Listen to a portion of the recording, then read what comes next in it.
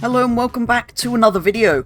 Today finally back on Test Drive Unlimited 2 with the Project Paradise 2 mod, along with a couple of other mods that amongst other things make the game once again online and full of other players. The main mod that I have installed is of course the big one, Project Paradise 2, which is mainly focused around allowing players to experience the game fully online again after the servers were shut down actually quite a few years ago now.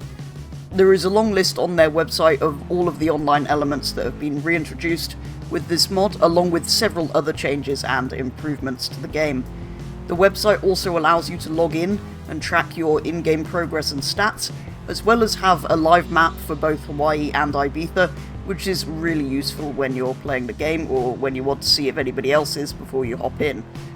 As well as this, the team behind the mod have filled out the previously quite sparsely populated car dealerships with cars that randomly change place and spec every so often to make the dealership experience that the game always offered even better than it was back in 2011. This also involves them adding the cars that were previously only available through the car clubs, for example, to the classic car dealership.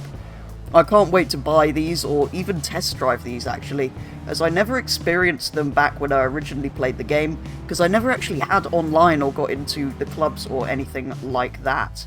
To show this, I have in fact come to the European Classics dealership, which as you can see straight away is populated with more vehicles than it previously would have been, this central space being filled with vehicles. So not only does it have the classics that you would usually see in this dealership, but they've actually also put in the club exclusive vehicles like the Lotus 211, the Gumper Apollo, the Ferrari FXX, and the Weissman GT. But as well as that, all of the classics that would usually be in here are in here, and as you can see, they're not necessarily in the standard specs that they would have been in the previous game, and there are sometimes some duplicate vehicles in these showrooms, like the E-Type here, to fill out some of the spaces.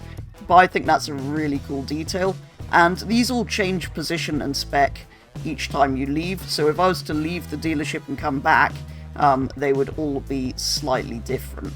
So here we are back again, and as you can see, things have changed around a little bit. We now have two red 300 SLs. The club vehicles seem to mostly stay the same. I've only noticed the Ferrari changing colour. I think maybe that's the only one that had more than one manufacturer colour. But yeah, it's just a really cool little detail that gives you a nice surprise every time you enter a showroom. I must say, I particularly like this green colour on the Weissman.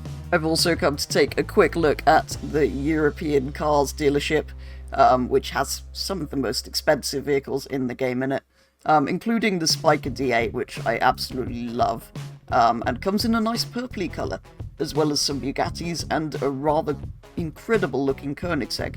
But yeah, as you can see, this dealership is filled out a bit more as well, including having the Spiker C8 available for purchase. That is quite an interior. One of the online features that's been added back into this game is the casino, which is another thing I never experienced back in the day, so I think we should go there. Which includes a really cool cutscene, which I never knew about until I last tried playing through this. So the casino itself isn't actually on the island. The idea is you take a plane to it, so if you're on Hawaii or Ibiza, you go to the sort of entrance for the casino and then get on a plane and go to the casino itself. And here is the island. There is also a sort of, this road that goes around the island is a little time trial course, which is really cool. I won't do too much here, I just want to sort of show it off. We will potentially be visiting this in some future streams. Why is the music? I might have had to cut that bit. There was just some music playing. Yes, you can win an Audi R8. Great, time to start wasting all of my money. Yeah, I just wanted to kind of show that this place exists and come and have a little look around because, yeah, I haven't been here often, only like I say when I tried to start playing through before, so I've only actually been here once before, but yeah, I just wanted to sort of give you an idea of what it's like. Like I say, we will potentially return here in some streams. So as I haven't driven any of the club exclusive cars, I'm going to take them all out for test drives, I think. I've actually gone in and spec'd the Gumper up kind of how I might buy it. I love to do that before I test drive cars in this game.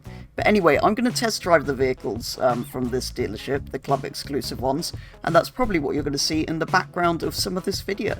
Project Paradise 2 does also have a Patreon to help with server costs, which I have actually signed up to a basic version of whilst I'm making use of the mod to support the work they've done to get this all working and as enjoyable as it is, although this is of course entirely optional. As well as the Project Paradise 2 mod, I have also installed the Unofficial Patch, which has the main goal of fixing little annoying bugs and things that the developers never got round to, but also ended up expanding to add some custom content as well. For example, one major problem was the back-to-front gear ratios in the Lotus Evora, which I did experience previously and found highly irritating, and there's also been a fix to stop the Audi Q7 from collapsing through the tarmac apparently. Although given how heavy that car is, maybe they should do that. But those are two examples of what they've fixed amongst many other little things. This mod also adds vehicles back into dealerships which were removed from the final release of the game, for example the Nissan 370Z Nismo and the Hot Rod. Here is a full list of the cars that come with this mod, including the ones that have been reintroduced, as well as some custom new content, including, most excitingly, an Lamborghini Gallardo. Remember, originally this game had no Lamborghinis in it at all. On top of that, I have the 4GB patch, which helps with general stability, I believe, and I also have a small fix in place to prevent the map from causing the game to crash when you open it into full screen, which apparently is a compatibility issue with modern day graphics cards.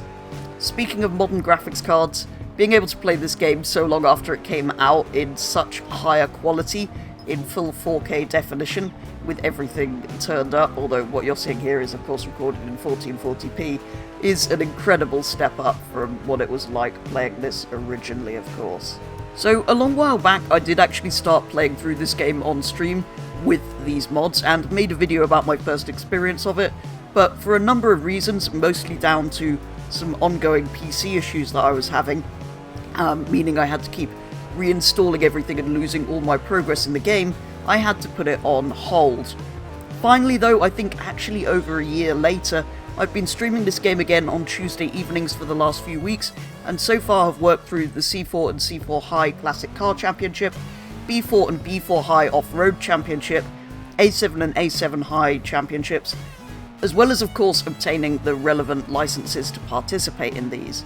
This means I now have a Lancia Delta Disintegrale, a Range Rover, and a Golf GTI that I bought for all of these race series, plus also the pink Mustang that you win by beating Miami Harris after the Classic Car Championship, and the VW Touareg from beating Chris Wilder, I think it was.